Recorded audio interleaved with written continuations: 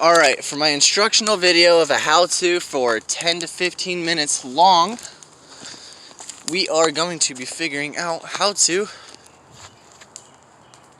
build a fort.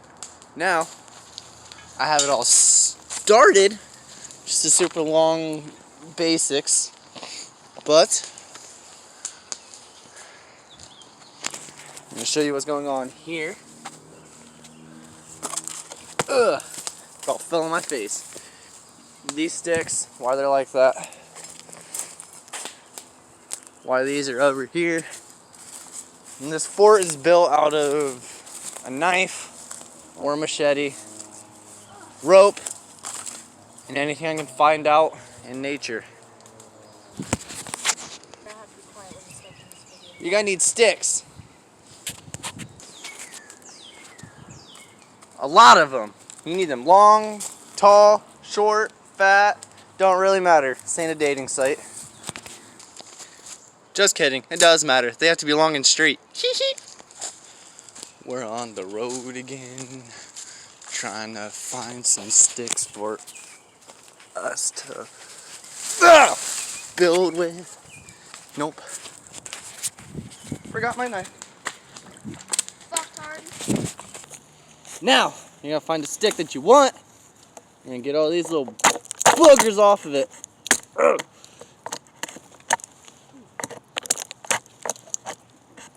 Long and straight does matter. And now, whenever trying to actually cut one of these, if you don't have a very big knife, you're gonna want to take little V's out, just like that. Eventually, you'll just waddle it in. You'll just cut it more and more. Very long process, but it's got what you do in the outback. That made no sense, but it don't matter. It's what you gotta do in the outback. If you're in one of these situations, with a machete, you just go, "Whatcha?"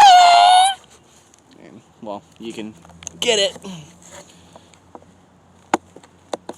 But you're going to need a lot of long, straight sticks.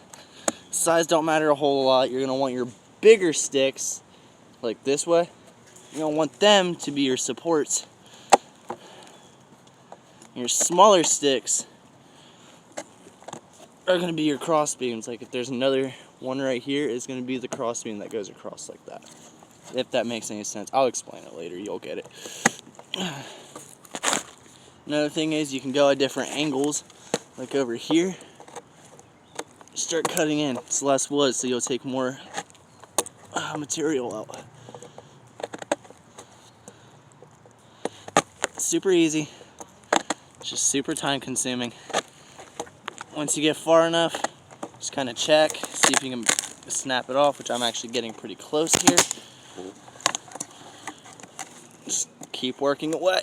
And another thing, when you find a stick and it's rooted in the ground, you want to look, or you want to cut it off as low as you possibly can. Not too low, or else you're going to be working yourself to death because it's too low to the ground. Not too high that you're wasting material. But you're going to want as much wood as you possibly can get. Which I'm not in a survival situation right now. But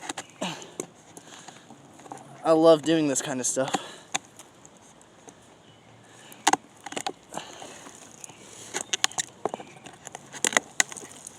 Talk to you later. Yeah! In time of injury, you have to disinfect their wound in a very sterile creek. And with a very sterile rag, you are going to cover your very sterile new wound that you just got. I love my life. Talk to you later.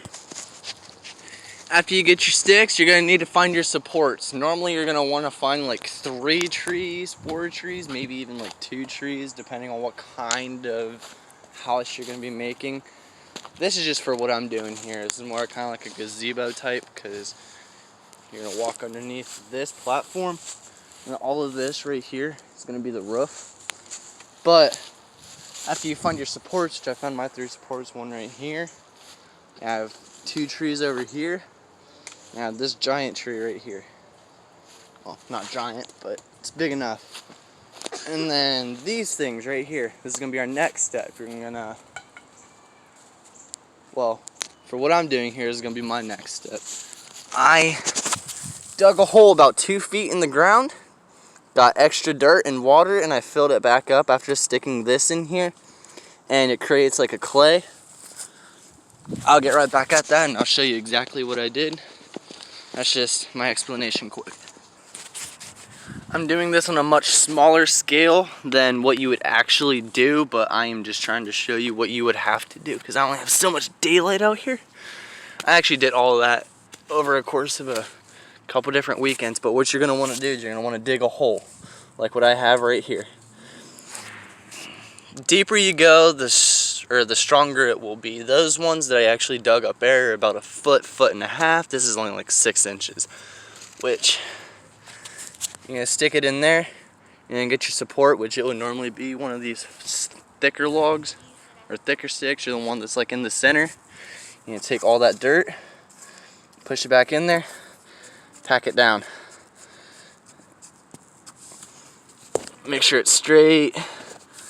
Get other people to help you, whatever you may need. I'm only doing this with one hand because I'm recording with my other. And then take water, you put it in there, you'll make like a clay, which here, I'll go grab that quick. Run, run, run. Water. Just need a little bit of water. Water, water, water.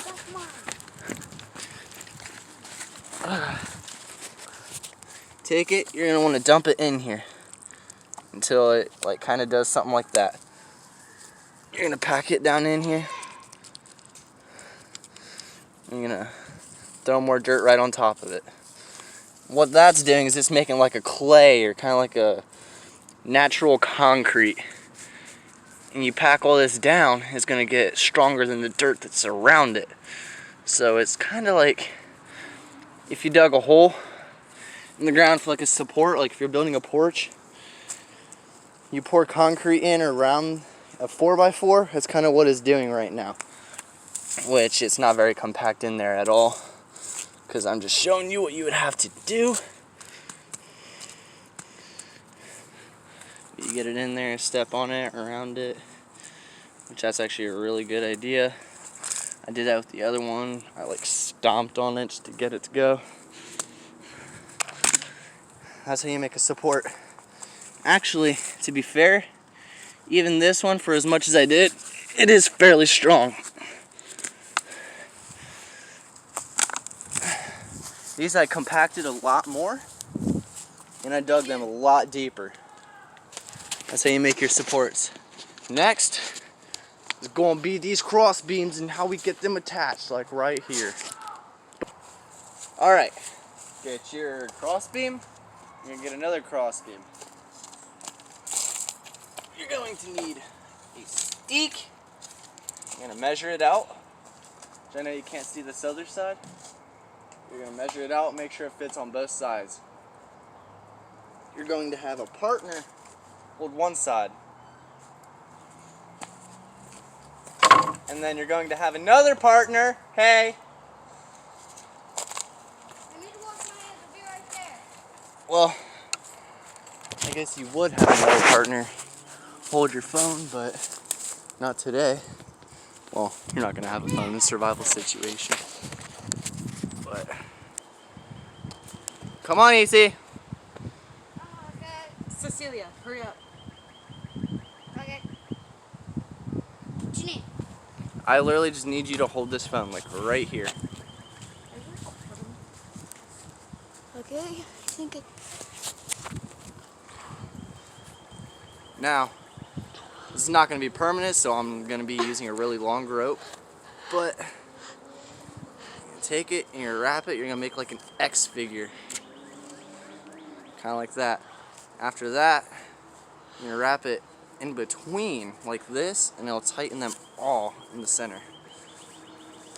And it will make that an extremely tight hold.